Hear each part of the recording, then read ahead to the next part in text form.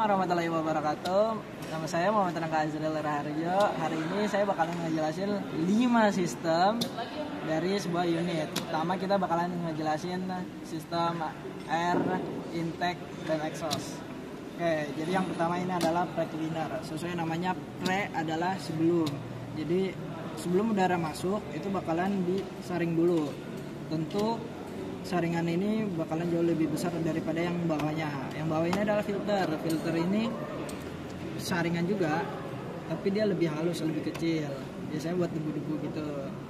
Nah ini ada hose nih, gede banget nih. Set, masuk ke turbocharge. Turbocharge muter. Nah fungsi turbocharge ini buat memanfaatkan udara ya teman-teman.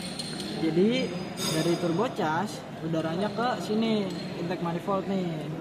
Ke sini, terus ini kemana nih? Ini ke aftercooler buat udaranya didinginin lagi biar hasilnya lebih maksimal pembakarannya.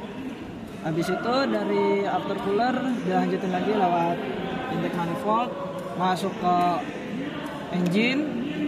Nah di engine terjadi combustion chamber, maksudnya terjadi pembakaran di combustion chamber.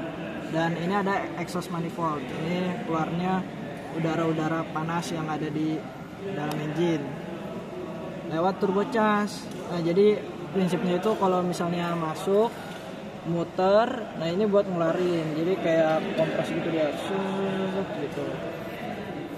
Nah di situ ini ada muffler.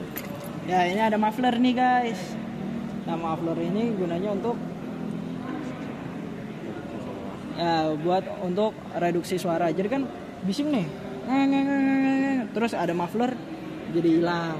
Ya, ini musuhnya ini ya, knalpot brong. Harusnya pakai muffler segede gaban. Nah ini ada exhaust tag nih. Jadi exhaust tag itu terakhir buat ngeluarin semuanya, gas buang. Oke, lanjut. Nah jadi kali ini kita bakalan lanjut ke sistem starting and charging. Yang pertama itu dari sini. Ini apa namanya teman-teman? Ya betul, namanya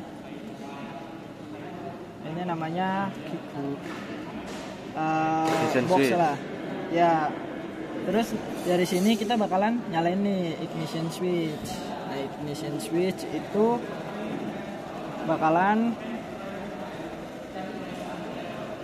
mengalir. Nah arus listriknya tuh ngalir nih guys dari sini ke baterai. Nah dari baterai nanti mengaktifkan motor lewat apa? Lewat solenoid. Ini solenoid nih. Lalu ini motornya. Nah dari sini motor starter ini bakalan menggerakkan flywheel. Otomatis ketika flywheel bergerak maka depannya juga ya ininya juga ikut bergerak nih.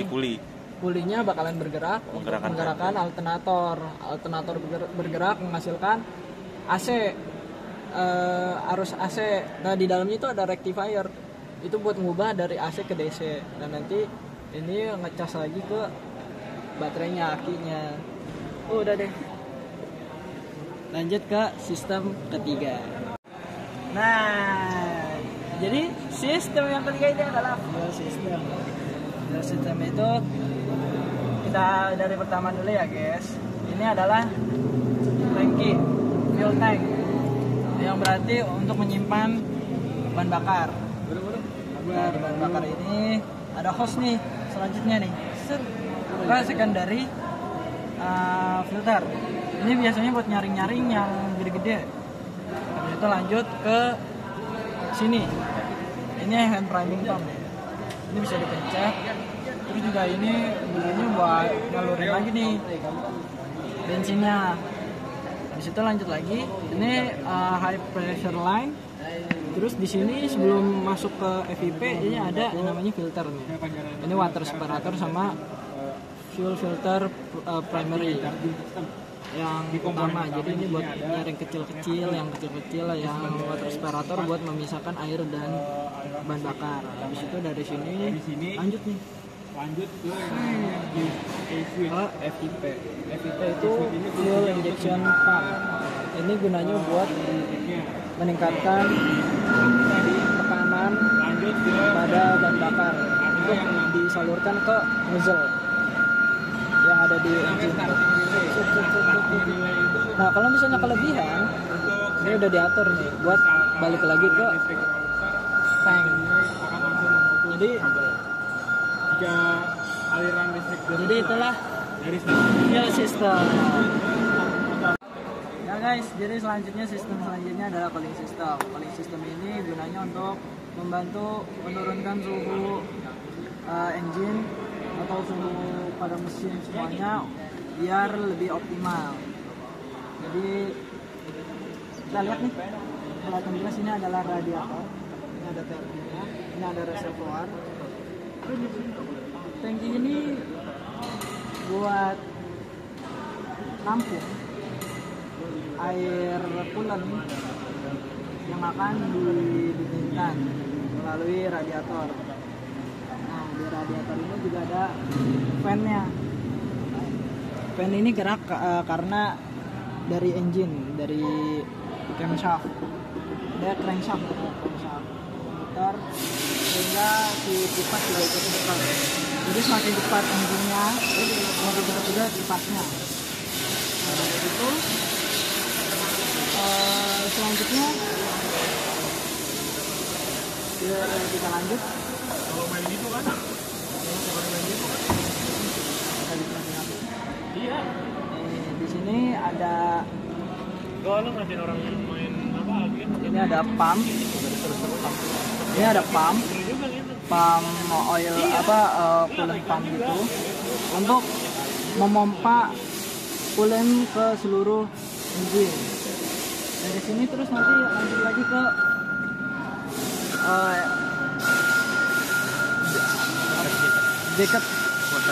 water jacket. Nah, nanti di water jacket itu didinginkan coolant masuk dan mendinginkan mesin-mesin sehingga mesin-mesin bisa bekerja optimal.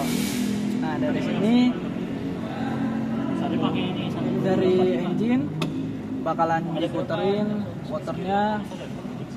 Kalau misalnya si coolant ini panas, sudah melebihi suhu yang ditentukan oleh termostat, maka termostat akan membuka dan akan